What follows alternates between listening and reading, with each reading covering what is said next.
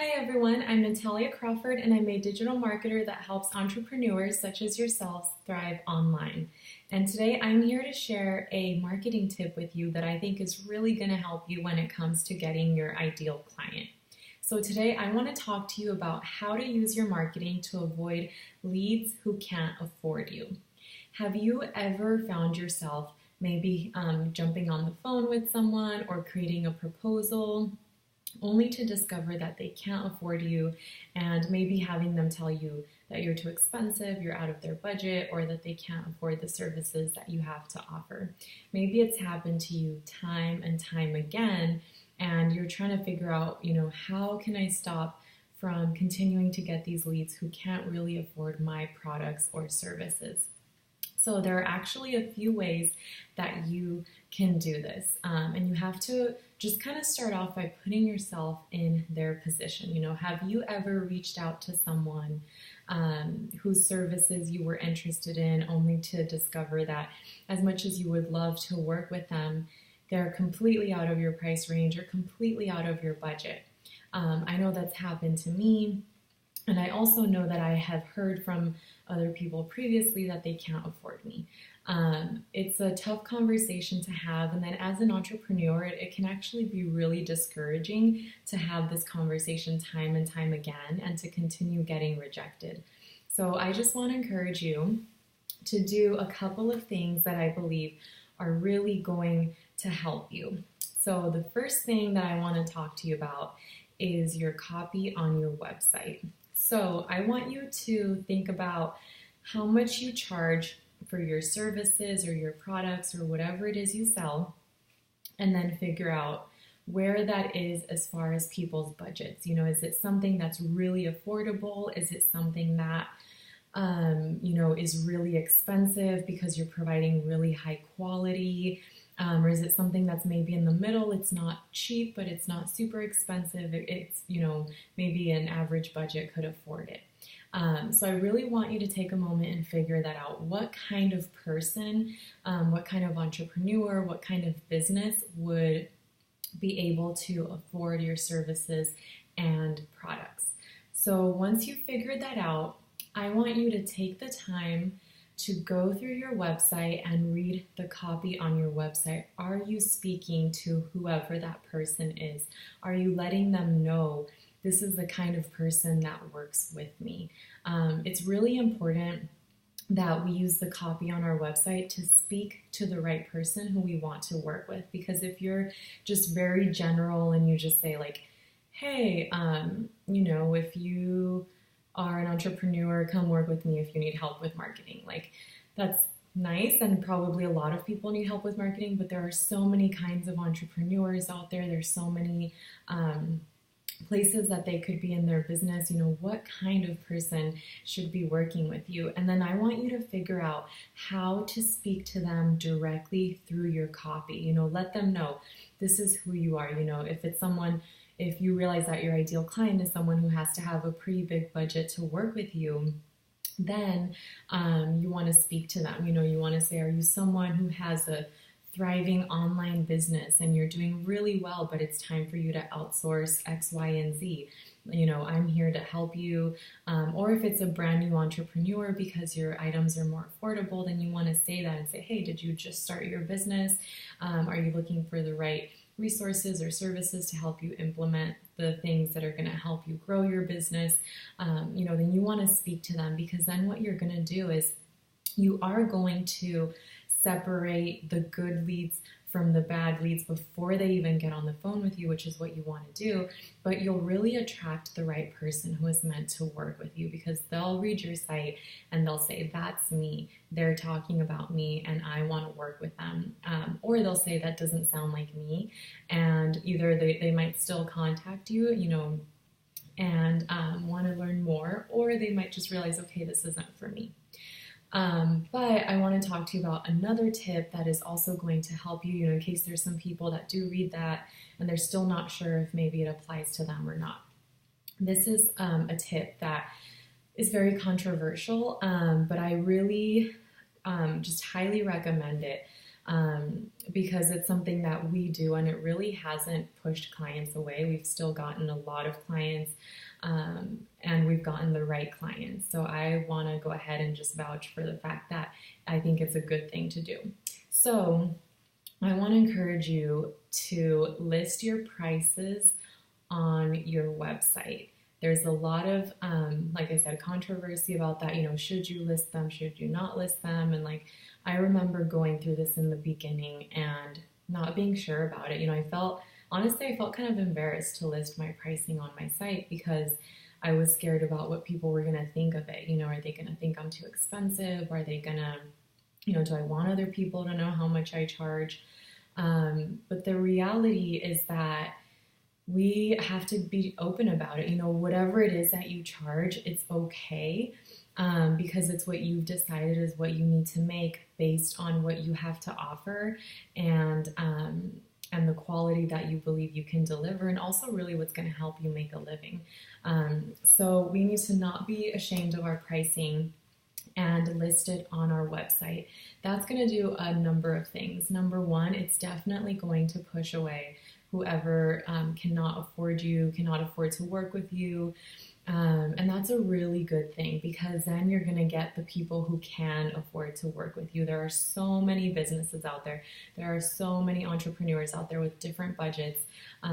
Just so many people out there, buying things. And it doesn't matter who you're trying to attract. You can find them out there. And when you speak to them, then you're more likely to attract them. So start by speaking to them and then list the pricing for your services. Because I know, like I said, putting yourself in their shoes is really helpful. Think about the times that you've had to reach out to someone to find out how much they charge for their services, and then you felt like, oh, I can't actually afford this, and then you feel bad having to say that to them. I know even when I was planning my wedding, there were photographers that I'd want to hire, and, they wouldn't list their pricing on their site, and I'd have to reach out to them and find out they were out of my budget and then say, never mind, it's too expensive. And I felt bad doing that.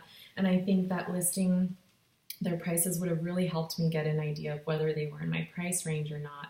And then what it does too is it saves you and that person time from having to have that conversation. So it saves you time. It gives people a good idea of whether they can afford to work with you or not. And just really makes it easier for everyone.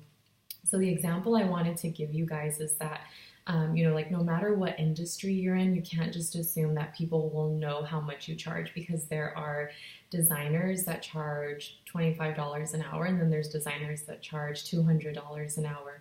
So you can't just assume, well, people should know I'm a designer or I'm a photographer or whatever it is that you do, and they should know this is how much I would charge. Because I wanted to use this example for you guys. So I love planners. I'm big on planners. I love paper planners. And as much as I'm a digital marketer, I like to keep a lot of things on paper. If I were in search of a planner, for example, I couldn't just say, okay, I'm going to spend this much on a planner and I can pick any planner I want, because that's not true. I actually currently have 2 planners. I know, kind of crazy, but that's what works for me. I have this one where I keep track of more of a general overview of what's going on in the month or important just meetings and dates for the week. This one, I think, if I remember correctly, cost $10. It wasn't that expensive. It was pretty affordable, and it works great. And I love it. I use it every week, pretty much every day, to make sure what I have going on. So I got that. And then I also have this other planner that actually goes for $70, I want to say. And I love it. It's what helps me manage my time on a daily basis, which is great. And I absolutely love it, but it's more expensive. So I have my $70 planner, and then I have my $10 planner. And I think if these companies, weren't open about how much they charge, then I couldn't just assume, I have a, $30 budget, what can I go buy? It's nice to know how much each of these charge, so that I know, okay, yes, I can afford this, or no, I can't afford it. So it's really important that you figure out where you are in the market and then determine who your ideal client is from that. So make sure you speak to them with your copy is the number one tip. And then number two, list pricing for all of your services, and make sure you list all of your services on your site and pricing for all of them. And let me tell you something, it's okay if your pricing will vary based on the project or whatever the case may be. It's okay to just list a ballpark. Like, if I'm completely honest with you guys, all the clients that we work with, I don't think I've ever had anyone that goes on our site and is like, that's the exact package I want and it's exactly what they pay every month. Like, I actually create more of a customized package for them based on their needs, and I have that listed on there. You know, it says pricing may vary based on needs. Contact us to create a customized package for you with a proposal. And so we do have that conversation where we're a little bit willing to work with their budget, but it does, like, having a price on there gives them an idea of what they can expect as far as a price range and a budget to work with us. So don't feel like, you know, listing your pricing on your website is going to lock you into that's exactly what you have to charge for every website you design or every, you know, coaching program that you offer, or whatever the case may be. You know, just make sure you have a disclaimer on there that pricing may vary depending on needs. Make it very clear what is included if they get that specific package or that pricing, so that they know if they want more or less, the pricing would change. So don't feel like it's going to discourage people from contacting you, because that has not been the case for us. We still get contacted all the time. We get clients that can work with our budget. So don't be embarrassed about what you charge. Don't be afraid that it's going to discourage people from contacting you.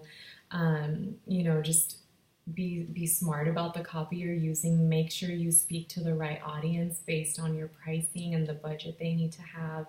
And then, you know, be bold with sharing your pricing, because then those two marketing tips, you know, speaking to the right person and then listing your pricing, and you incorporating those two strategies into your website, or, you know, a brochure, whatever it is that you use to promote your services and products, will really help you avoid speaking to the wrong people all the time and feeling discouraged if you constantly hear no, that they can't afford you. So those are my two tips on how to use marketing to avoid speaking to bad leads and actually speaking to your ideal client. So I hope that these tips are helpful and that you guys will implement them. If you have any questions, just leave a comment below and I will personally respond to you and help you out. So yeah, I hope this is helpful, and let me know if you have any questions. I'll see you soon. Bye.